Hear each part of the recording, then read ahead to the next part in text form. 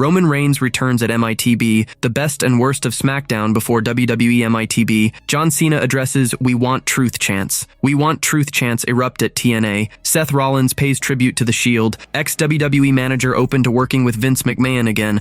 A top star thinks she might have died after taking a scary bump on SD. Fatu finally betrayed. WWE delivers a focused episode of SmackDown. Brock Lesnar is owed millions. Let's dive right in.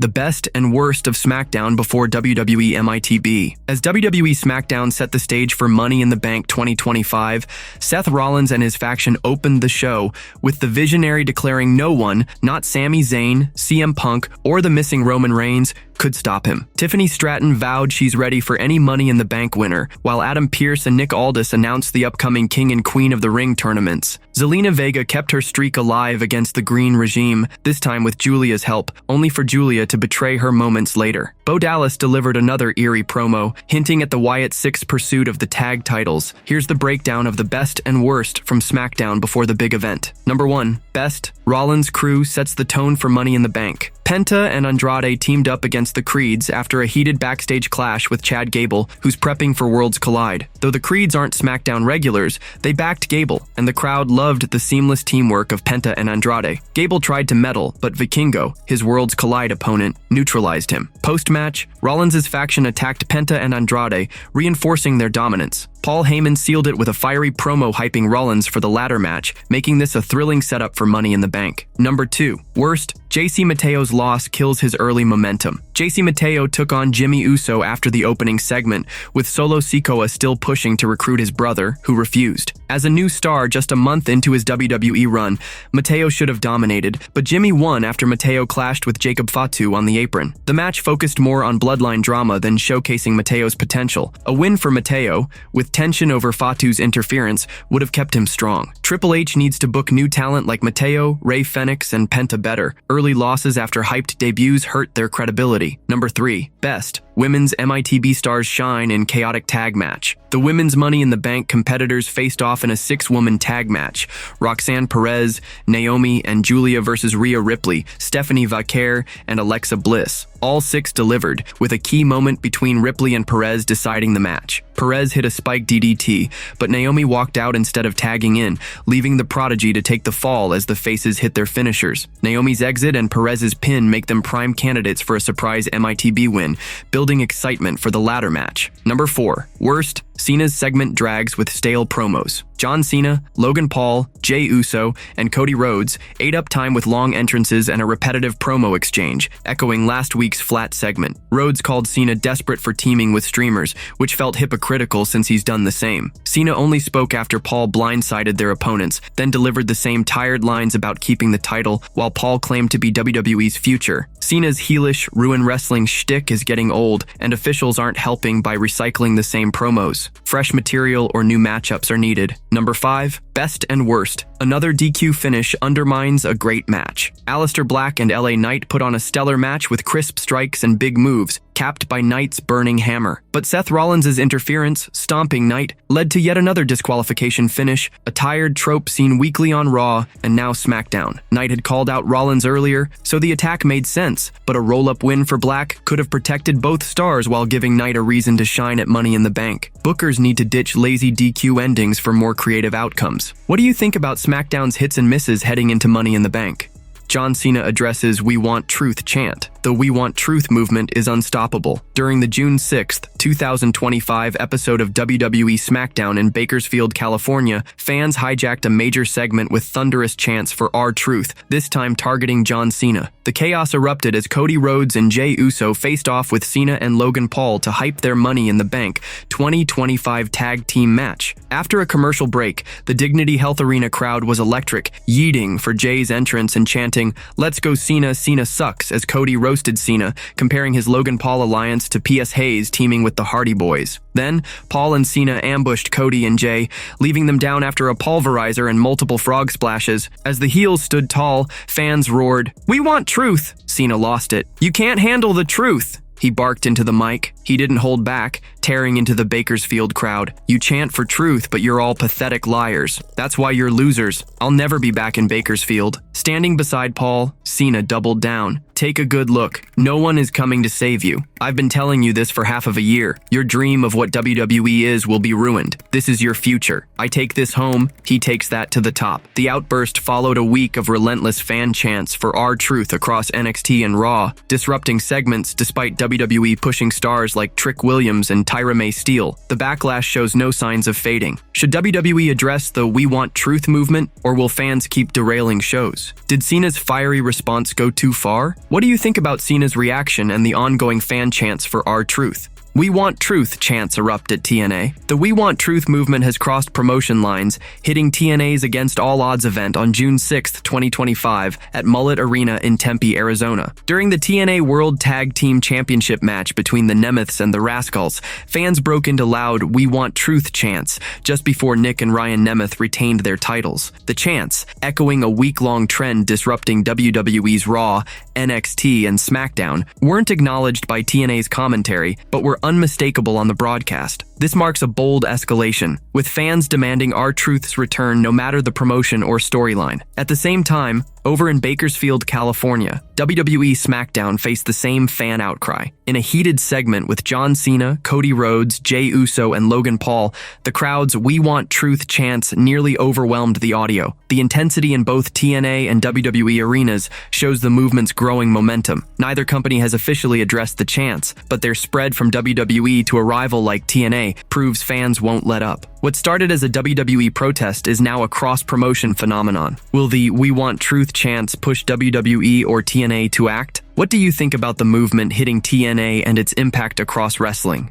Seth Rollins pays tribute to The Shield. On the final SmackDown before Money in the Bank 2025, Seth Rollins paid a massive tribute to The Shield in a chilling display of dominance. During the show, Andrade and Penta, both Money in the Bank ladder match competitors, defeated the Creed brothers, but Rollins, looking to tilt the odds in his favor for the Los Angeles event, unleashed Bronson Reed and Braun Breaker. In a nostalgic nod to The Shield, the trio surrounded the ring on three sides, striking the iconic Predator formation that had fans buzzing. The Shield-coded moment was instantly recognized, a rare and powerful callback to the legendary faction. While tributes to The Shield are scarce, Rollins keeps their legacy alive. From moments like this to his ongoing feud with Roman Reigns, which is deeply tied to their shared history. This isn't Rollins' first post-Shield faction, but with the monstrous Big Bronson Reed and rising star Braun Breaker, it might be his most dominant yet. Their SmackDown Rampage set the stage for Money in the Bank, where Rollins is a top contender to claim the 2025 briefcase. What do you think about Seth Rollins' Shield tribute and his new faction's potential at Money in the Bank?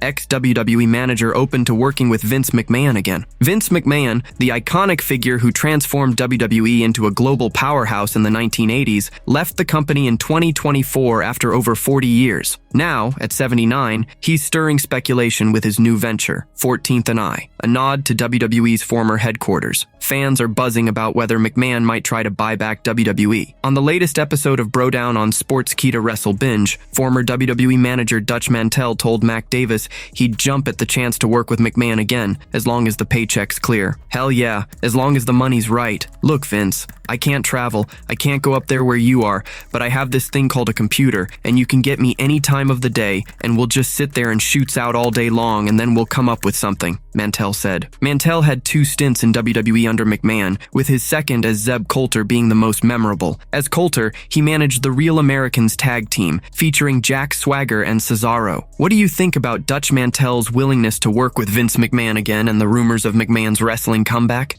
A top star thinks she might have died after taking a scary bump on SD. On the June 6, 2025 episode of WWE SmackDown, Zelina Vega faced Piper Niven in a chaotic Bakersfield brawl. During the match, Niven took a terrifying bump that had fans wincing. The Secret Hervis, including Niven, have been feuding with Vega for months ever since Vega dethroned Chelsea Green for the Women's United States Championship. On the go-home show for Money in the Bank, Vega notched another victory over a Secret Hervis member. In a high-stakes moment, Niven attempted a cannonball on Vega, who was seated on a chair in the corner. Vega dodged, and Niven crashed headfirst onto the steel chair, landing upside down in a painful heap. Reacting to a clip of the spot on X, Niven jokingly questioned how she survived. "For those asking if I'm okay, I think I might have died because there's no way I survived this," she wrote. The match took another twist when Julia attacked Niven with a kendo stick, helping Vega secure the win. But Julia shocked everyone by turning on Vega right after the bell. What do you think about Piper Niven's scary bump and Julia's betrayal of Zelina Vega on SmackDown? Jacob Fatu finally betrayed. Jacob Fatu, the United States champion, was blindsided by a brutal betrayal on the June 6, 2025 episode of WWE SmackDown. Tensions within the Bloodline have been simmering for weeks, with Fatu feeling sidelined since Jc Matteo's arrival. The friction hit a boiling point during SmackDown when a miscommunication between Fatu and Matteo led to Matteo's first WWE loss against Jimmy Uso. Post-match, Matteo vented his frustration backstage, and Solo Sikoa, who had tried to stay neutral, turned on Fatu in a shocking moment. JC, my man, you worry too much. Listen, I brought Jacob, okay? He loves me. He does. And by the way, one thing about Jacob, he's not all that smart in the head. All this man does is think about himself. He is literally all gas and no brains.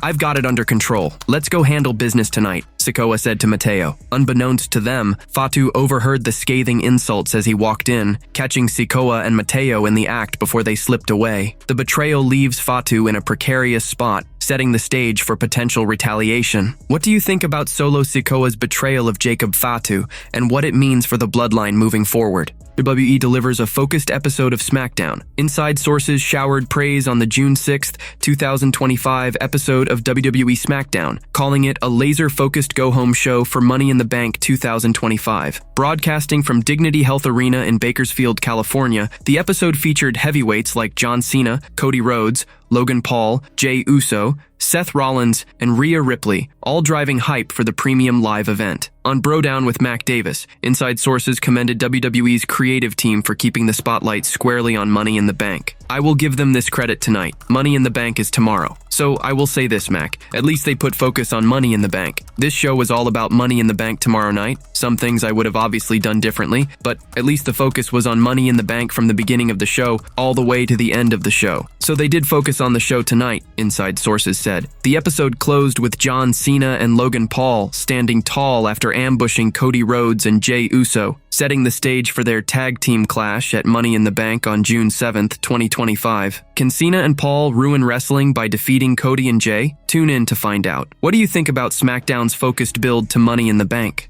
Brock Lesnar is owed millions. Brock Lesnar is sitting on a potential multi-million-dollar payout from a $375 million UFC antitrust lawsuit settlement, but he needs to act by June 16, 2025 to claim it. The settlement, approved by Nevada Judge Richard Boulware, resolves a 2014 lawsuit filed by fighters, including Kung Lei and Nate Quarry, who accused UFC of monopolizing the market and using its dominance to limit contracts and coerce fighters. Reached in October 2024, the settlement will compensate fighters from the class action. According to Dave Meltzer, Lesnar, a former UFC heavyweight champion, hasn't yet submitted the necessary forms to collect his share. If he misses the June 16th deadline, his portion will be redistributed among other fighters. By simply filling out the paperwork, Lesnar could secure millions owed to him. What do you think about Brock Lesnar's chance to cash in on this massive UFC settlement?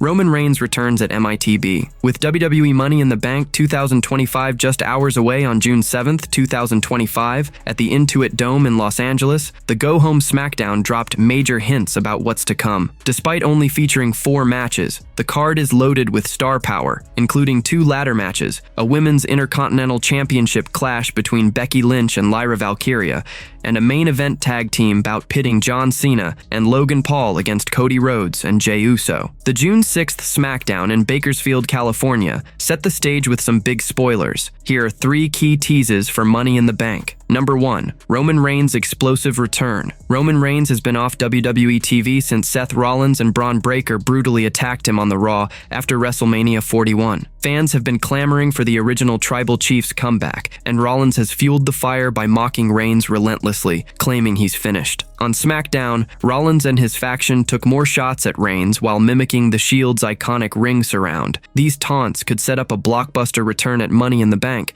where Reigns might storm in to cost Rollins the men's Money in the Bank briefcase, reigniting their bitter rivalry. Number 2. John Cena. takes the fall. SmackDown closed with John Cena and Logan Paul standing tall over Cody Rhodes and Jey Uso, hoisting titles after an ambush. WWE tradition often sees those who dominate the go-home show lose at the premium live event. Cena's double attitude adjustment on Rhodes suggests he could eat the pin at Money in the Bank, cementing Rhodes as a top contender and keeping Uso strong. This loss would fit Cena's recent heelish ruin wrestling narrative while elevating his opponents. Number 3. Bloodline 2.0 Implodes. Solo Sikoa's bloodline has grown stronger with Jc Matteo's addition, but cracks are showing, especially between Sikoa and Jacob Fatu. On SmackDown, Matteo suffered his first WWE loss to Jimmy Uso, blaming Fatu for the misstep. Backstage, Sikoa told Matteo that Fatu is all gas, no brains, and easily manipulated, unaware that Fatu overheard. This betrayal could lead to Bloodline 2.0's collapse at Money in the Bank, with Fatu abandoning Sikoa, costing him the briefcase and setting up a faction split. What do you think about these spoilers for Money in the Bank, especially Roman Reigns' potential return?